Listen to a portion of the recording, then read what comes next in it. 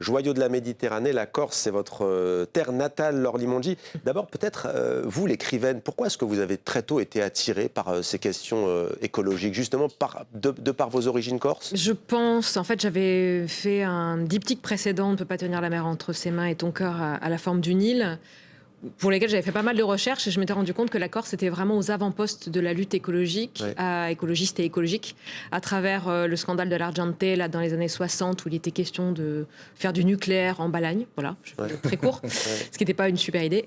Et évidemment, les bouts rouges qui ont été beaucoup plus médiatisés dans les années 70. Donc moi, je suis un petit peu quand même née dans cette ébullition-là, effervescence, et surtout dans une société agro-pastorale pour laquelle c'est hyper logique de faire attention à ce qu'il y a autour de nous, parce que sinon, vital, on ne vit pas, voilà, tout simplement. Donc pour moi, c'est quelque chose de très naturel.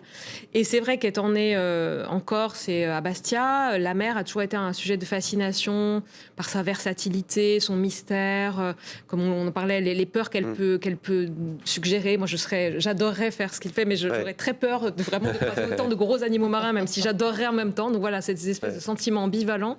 Croiser peut-être des hybrides. Bah oui, parce que, oui, on va en parler de votre livre. Votre livre, c'est un peu, bon, le jeu de mots est un peu facile, mais allez, je le prends, une poulpe fiction, hein, c'est comme ça qu'on pourrait le présenter. Vous nous emmenez quand même loin dans le temps, en même temps loin, mais c'est peut-être presque déjà demain, en 2123.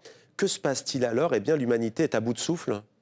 Oui, je crois que le début de ce livre, c'est justement cette angoisse dont on parle, c'est ce sentiment de tout ce qu'il y a à faire et qui pourrait mener à une forme d'aphasie, d'immobilisme. Et en fait, chez moi, ça a donné plutôt une réponse inverse, qui est une fantaisie, de se dire, tiens, si l'humanité ne fait rien, qu'est-ce qui va se passer? Eh bien, l'eau va se réchauffer, les eaux vont monter, la température va se réchauffer.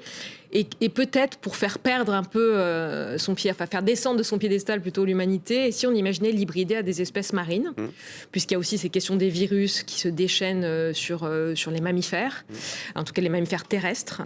Et donc voilà, dans cette société-là, dans une centaine d'années, il n'y a plus vraiment d'humanité en tant que telle, mais plutôt des êtres chimères, des êtres hybrides, avec des poulpes, avec des cétacés, avec des crustacés.